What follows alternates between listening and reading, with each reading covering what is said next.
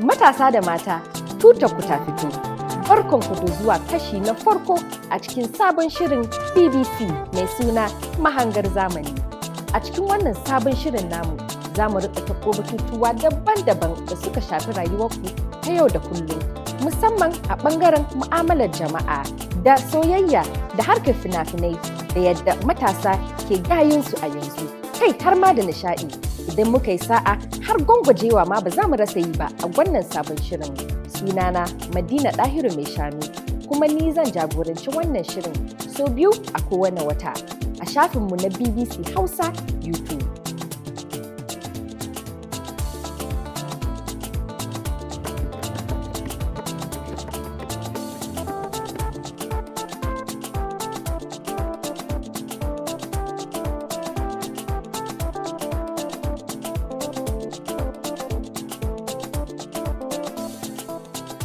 Shin yaya mu'amalar ɗalibai da malamai take a jami'o'i a daidai lokacin da ake samun labarai daban-daban kan wannan zancen? Inda wasu ke zargin malamai da neman ɗalibansu da yin abubuwan da ba su dace ba kafin su ba su cikakken makinsu. Wasu kuma sukan ɗaura laifin kan ɗalibai inda suke zargin su da bayar da kansu domin kaucewa yin karatu domin a ba su cikakken maki. Shin yaya lamarin yake ne a zahiri? Kun san Hausawa sun ce, idan ɓera da sata, to daddawa ma tana da wari. To akan wannan batu dai yau muna tare da wani malami daga jami'an nan da ke Abuja mai suna Dr. Ahmed Adamu. Barka da zuwa malam. Yau barka ne. Muna kuma tare da ɗalibai guda uku. Da farko dai zan gabatar da Abbas Tukur Ahmed daga jami'ar Abuja da ke Gwagwalada, sai kuma Habiba Abdulsalam Sama'ila ita ma daga jami'ar Abuja da ke Gwagwalada. Nan gaba a cikin shirin za mu gayyaci wata ɗaliba daga BUK da ke Kano. Bari mu fara da Malam Abbas. To kai Abbas, shugaban ɗalibai ne a makaranta. Akwai wani koke da kake samu daga 'yan uwanka ɗalibai kan wannan zancen? Ni a matsayina na shugaban ɗalibai zan iya cewa abun duka ɓangarorin guda biyu suna da nasu matsalolin, kuma muna samun koke daga kowane irin ɓangare. Daga ɓangaren ɗalibai akan samu koke ɗaya biyu, zaka ji wata rana wasu suna cewa to ai malama kaza ta fi ba wa ɗalibai maza maki saboda yara maza ne, wala Allah ana zarginta da wata irin manufa ko wata irin mu'amala da take buƙatar ta gudanar tsakaninta da ɗalibai maza. Haka zaka ji an ce malami kaza namiji shi ma ya fi kulawa da ɗalibai mata, wala Allah ko dan ana zargin shi ma yana da wata mummunar manufa a zuciyarsa da ke so ya cimma wajen mu'amala da wa'innan ɗalibai mata. Wataƙila wannan irin koke-koken ana jin su ba ɗaya ba biyu ba, kuma mukan samu koke duk da cewa ya yi ƙaranci sosai. Zaka ji wani lokaci wasu malaman sukan kira mu su faɗakar da mu cewa to ya kamata ku faɗakar da su ɗaliba wance da ɗalibi wane, domin muna samun labarin cewa suna yadda kansu a wajen wasu 'yan uwanmu malamai da wasu irin zattuka makamantan wannan. Wannan tabbas ana samun su a jami'o'i ba ɗaya ba biyu ba. To Habiba, mun ji ta bakin Abbas. Ke a matsayinki na mace ɗaliba, a ina kike tunanin matsalar take? A ganina matsalar nan mafi yawanci ya riga ya faɗa dai daga fanni biyu ne, amma mafi yawanci inda matsalar nan yake fitowa daga gurin malaman ne. Da dama yana faruwa, mutane da yawa suna fuskantar irin wa'innan matsalolin.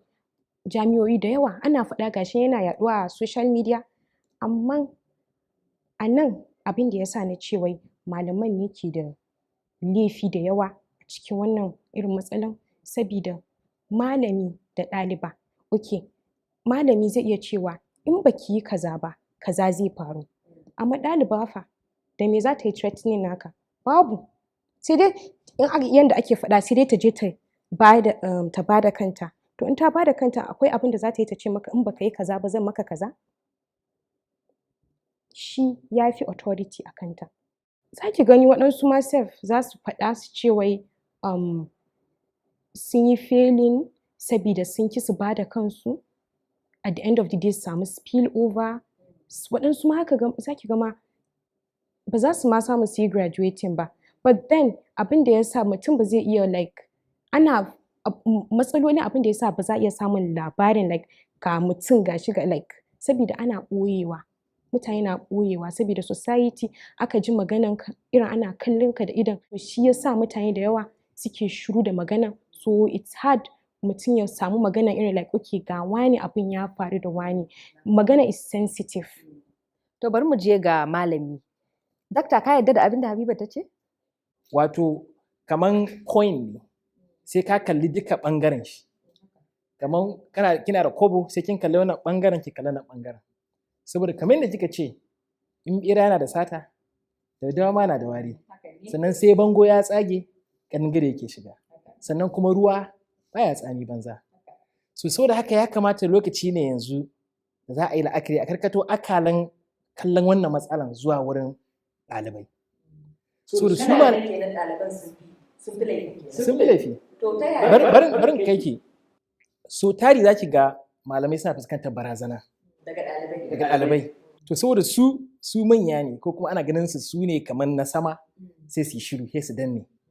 Wani malamin za ga yana bada fiska da har a mishi wannan barazanan.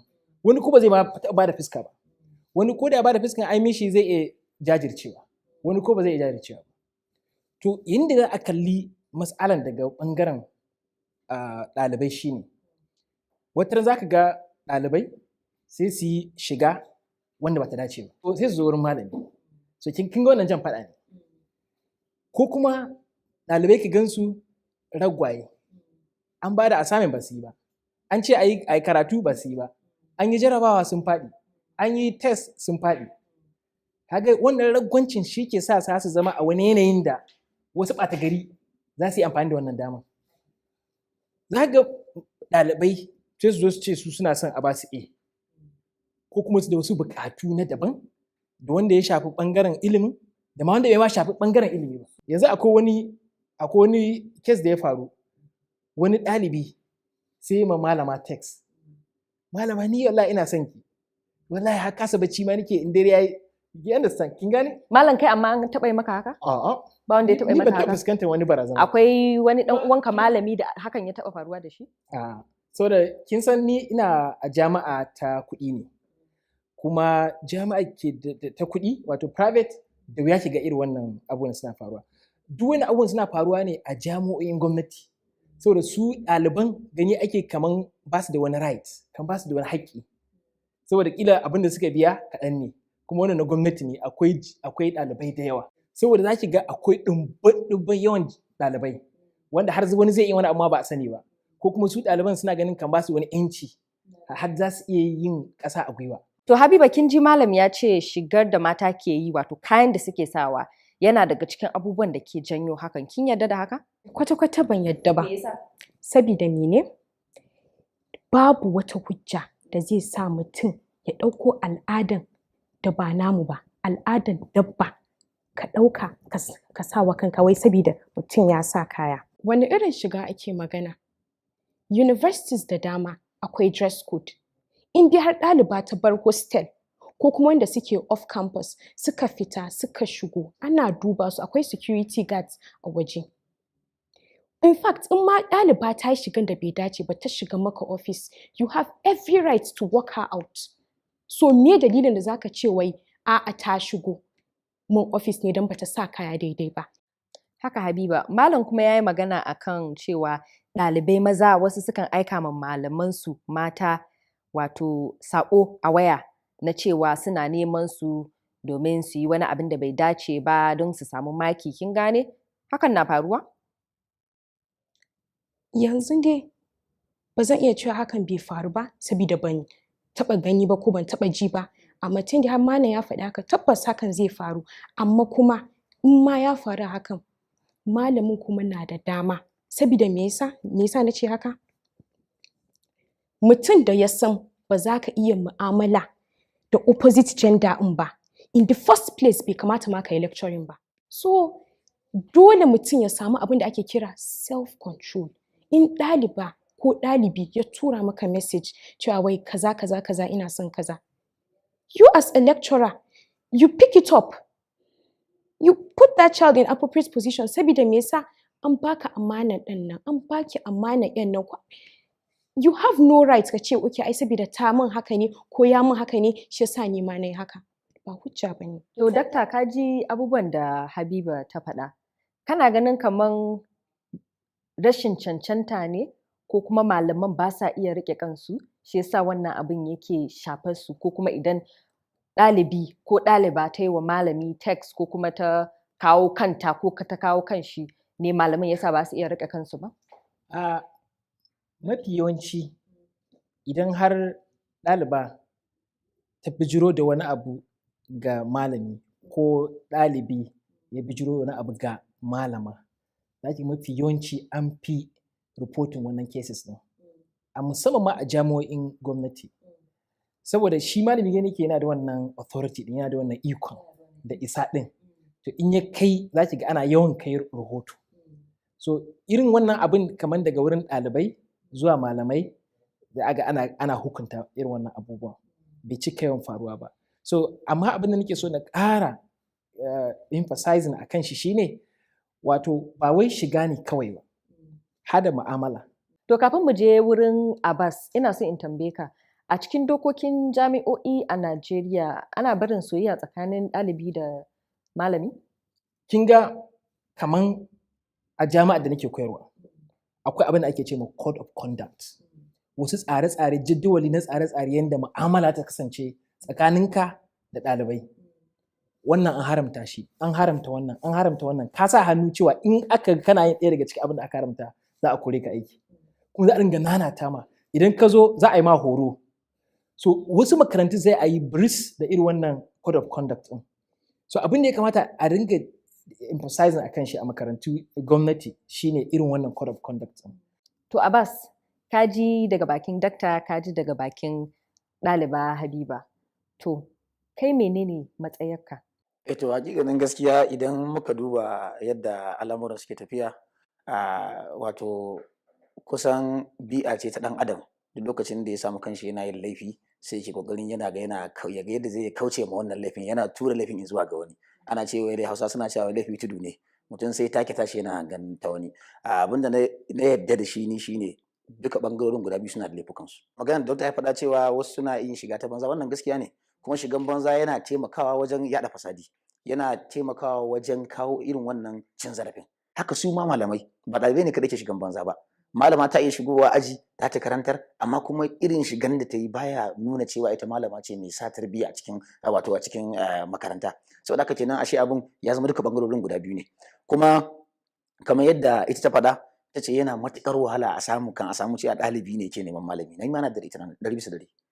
Amma ban yarda da dokta cewa wai a jami'o'i masu zaman kansu ba a samun irin wannan ba. Bal ma iya cewa a jami'o'i masu zaman kansu ma an fi samun ɗalibai ke neman malamai. Dalili shine ɗalibi da ke jami'a mai zaman kanta yana da wani irin gamsuwar cewa shi ba abin da za a iya masa kuɗi yake biya, kuɗinsa ne kawo shi. A jami'a wacce take ta tarayya kuma yana ganin cewa alfarma aka mishi ma aka ɗauke shi. Dakta, na ga kana ta kaɗa kai, baka yarda da abin da ya ce ba ne? To ai abin da ya faɗa ya sha bar da hujjojin shi ai. Ai ɗalibin da yake makarantar kuɗi ko kuma jami'o'i masu zaman kansu ya riga ya biya kuɗi. To me zai sai je yana neman wata alfarma? Ai kar ka manta dokta, mun ce ba wai zallan kuɗi ne yake sa mutum ya yi irin wannan abun ba. Lokacin da aka samu wata malama misali Allah ta'ala ya mata sura mai kyau, shi kuma ɗalibi yana ganin cewa kuɗi yake biya, yana ganin yana da wata kulli da ya taka, sai attempting zai iya yunkuri da neman ta. Kuma irin wannan kar ka manta fa cewa ba wai wani lokaci grade maki suke nema wasu mutanen. Yanzu mu abin da bi shahara ma kenan. Ɗaliba za ta zama ko tana makarantar ta biya da kuɗi da kanta, amma tana da kasala wajen yin karatu da sauransu. So tana ganin za ta iya baza jikinta don wannan malamin ya gwada cewa yana da bukata gare ta har ya kai. To ai tunda su diyar mai kuɗi ce ba kuɗi ya ta bada ai ba jikinta. Ba lallai ta bada kuɗi ba, shine na ga maka abin ya sha bamban. Mai kuɗi ce, kuɗi ya ta bada. Ba ta ce mai kuɗin ba. Diyar mai kuɗi ba ta ce mai kuɗi ba. Ta amma ta zo makarantar saboda ta nemi kuɗi. Ta sai da ake samun kuɗi. Wannan kuma duk wani abu daban ne. So ni da abin da ke so ka fahimta, wannan abun sun fi faruwa a jami'o'in gwamnati. Amma kuma ba ya dole bane a ce kuma bai taɓa faruwa a jami'o'i masu ko kuma ba sa faruwa. Amma kuma za ka cewa saboda iyaye sun kashe kuɗi sun turo yaran su jami'o'i masu kuɗin nan masu zaman kansu, ba su taɓa yadda su biya wannan kuɗin ba kuma a samu wani nakasu ko kuma wani saɓanin haka. Shi da su ma makarantu suke ɗaukan matakan da zai hana faru irin wannan. Kai kamar misali code of conduct. Dokta, duk dai bayanan da kai ya haƙuri, duk dai bayanan da kai yana komawa ne kan zuwa wannan code of conduct da kake magana cewa wani daftar ina zuwa Habiba, wani daftarin tsari. Zan dan ƙara haske akan abin ta faɗa ne. yanzu kamar jami'ar da muke jami'ar Abuja, wato kamar faculty da muke janibin karanta shari'a, idan akwai ko da mace bata sa skirt, in ta sa skirt ɗinta yayi ƙasa da yayi saman gwiwanta ne sai an kore ta, ko aji ba ta shiga, ba ce ki koma, ba maganan kuma addini ki, ko wani addini kike, za ce ki koma ki sa skirt ɗin da ya rufe gwiwanki. Haka idan kika sa farar riga wacce ya sauka yana nuna matsayin kirjinki, ba za a kyale ki ba, za a ce ki koma gida ki je ki gyara. Wannan kaga yana gwada cewa kenan akwai makarantun da ke yi yunkuri su ma wajen ganin sun tackling wannan matsala. Ni magana na anan shine ko da makarantar kuɗi da wanda ba makarantar kuɗi ba, duka ɗalibi aka ce 'ya'ya na kowa ne. Duk abin da ya shafi wannan ya shafi wannan. Don ni ina da kuɗi, na je kuɗin da ake biya, ko kuma ni na je na gwamnati, doesn't make me less of a student. Kaya ba hujja ba ce. I am emphasizing sabida mene? Akwai al'ada daban-daban, akwai addini daban-daban, akwai al'adu daban, akwai mutane daban-daban, kuma muna wuri ɗaya ne. Part of abubuwan da ake koya mana tun muna yara a gida har muka shigo jami'an nan, har mutane suka girma, like an koya maka zamantakewa tare da mutane, yanda za ka yi adopting yanayin wannan, ka yi adopting ka iya zama da su. Wacce ta tashi a gidansu tana shiga complete head to toe, daga fuskanta sai hannu kake gani. Wannan kuma ta tashi daga gwiwa har zuwa ƙasa ana ganin ƙafanta. Wata ma sef ba su san ma yanda ake, like to them kayan da suka sa daidai ne, ya dace, ba su yi shigan banza ba. Amma to you, sabida wannan ana kiran shi culture shock ne, sabida kai ba naka culture ɗin bane, kana ganin ta shigan banza. Then it's now left for you to lower your gaze, a koma Islamiyya. Jama'a sannunku, kuna kallon sabon shirin BBC mai suna Mahangar Zamani, tare da ni Madina Dahiru mai shanu, inda a yau muke tattaunawa kan mu'amalar malamai da ɗalibai a jami'o'in Najeriya. A yau dai mun gayyato ɗalibai biyu, Malama Habiba da Malam Abbas, sannan muna tare da Dr. Ahmed Adamu, wanda malami ne a jami'a. To a yanzu dai za mu yi sallama da Abbas domin mu samu damar gayyato wata ɗaliba wadda ita ma za ta zo ta faɗa albarkacin bakinta. Abbas, mun gode da ka amsa gayyatar mu da kuma gudunmuwar da ka bayar. Na gode. Kafin ku yi nasara, yana da kyau ku fahimci rayuwa, ku san batutuwan da ke tashe a yanzu, ku zama masu hangen nesa, ku samu karsashi, ku kuma inganta fahimtar ku. Saboda idan kuna da ilimi mai faɗi game da rayuwa, komai mai yiwuwa ne. Labaran Hausa daga BBC, yi amfani da damar da ka samu. To masu kallon mu, barka da dawowa. Kuna kallon Mahangar Zamani daga nan BBC. Kuma kamar yadda na yi muku alkawari, za mu gayyato wata ɗaliba daga Jami'ar Bayero Kano domin ta tofa albarkacin bakinta kan abin da muke tattaunawa a yau, wato mu'amalar ɗalibai da malamai a jami'o'in Najeriya. Barka da zuwa Aisha Idris Suleiman. Barka mu dai. To Aisha, me zaki ce kan wannan zancen da muke tattaunawa a kai? In aka duba cases, abubuwan da ya fi wa'anda abin ya faru da su, za a duba akasarinsu su suka kai kansu wajen malaman. Ɗaliba ƙila tana tunanin, tana tsoro, bata mai da hankali ta yi karatu ba, tana ganin watakila tana da kyau, in ba ta da kyau, Allah ya yi mata kyakkyawar sura, tana ganin za ta iya zuwa wajen malami domin ta yi amfani da wannan damar ta roƙe shi ya wutar da ita daga abu. Duka biyu suna da laifi. Malam ma nan ma shi ma ya faɗi haka. Amma ni kuma stand ɗina shine malamai sun fi laifi. Me yasa? Shi yake da authority a kanki, ke ɗaliba. Me yasa na ce haka? Ke as a student, in kin ce kin kai kanki, shi malamin you have nothing to lose. Sai iya yi working ɗinki out, ya yi declining kuma ya hukuntar da ke. Amma ke as ɗaliba, in yayi haka, you have to follow other channel, ki kai ƙara gun iyayenki, ki kai ƙara gun hukuma, you know, and all. Dole sai kin gama yin wa'innan abubuwan. Ina da magana a nan wajen me yasa za ki je wajen malami? Me ya kai ki ofishin malami a matsayinki na ɗaliba? Babu wani dalilin da zai kai ki ofishin malami. In gaisuwa ce, kin gan shi yana wucewa, gaishe shi. In abu ne, you have a class rep. Talk, like communicate to the lecturer via a class rep. You don't need to go to the office. Kaɗan ne in aka duba cases ɗin nan wa'anda malami suke neman number su kira su, kaɗan ne. Yawanci a office ɗin malamai ake fa. Me ya kai ki? Me zai kai ki? Ni a ganina aka ce malamina, kamar a ce malami teacher, uba, uwa, matsayin nan ne malami yake. Me ya kai ki cikin office ɗin malami is different. Abin da zai kawo ma mutum notion ɗin cewa bai kamata ya shiga office ɗin malami na, ai saboda tsoro kar wani abu ya biyo baya ne. To don me yasa in first place zaka ma fara jin tsoron malaminka wanda ke matsayin an ɗauka amanan ka fa an bashi. Most universities ana undertaking in zaka shiga. Iyayenka kai karan kanka you have submit yourself to your malami. So why in the first place should you be scared to go to your tsaya ka je wurin malaminka? Number one, shi ba counselor ka bane ko, because in case za a ce okay, you're not my counselor, you're not going to advise me or something. But there are instances whereby you're my supervisor. Zan je in ganka. Me yasa ake sa level code kowane side? After level code a sa class rep. Because they don't need you to go and meet the lecturer face to face.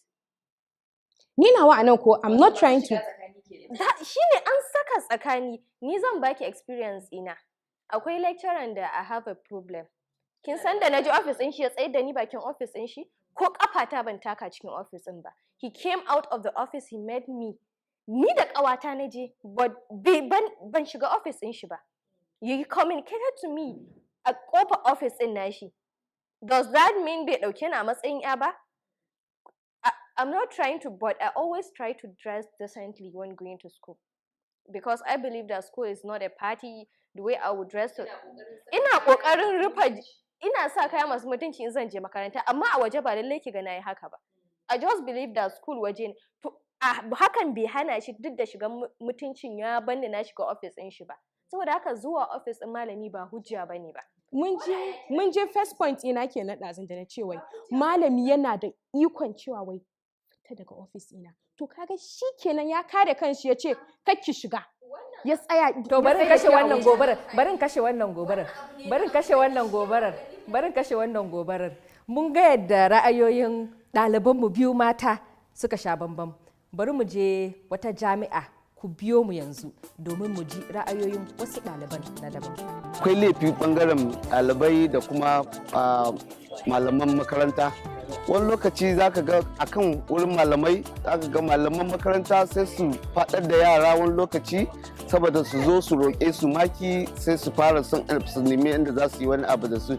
Amma wani lokaci wurin ɗaliban in ka duba yanzu akwai daga waje akwai inda aka rubuta inda yara ɗalibai za su yi dressing. Wayansu yaran ɗaliban za ki ga sun sa kaya wanda bai kamata ba, wanda maza za su gan su har shawarar su ya shiga musu jiki.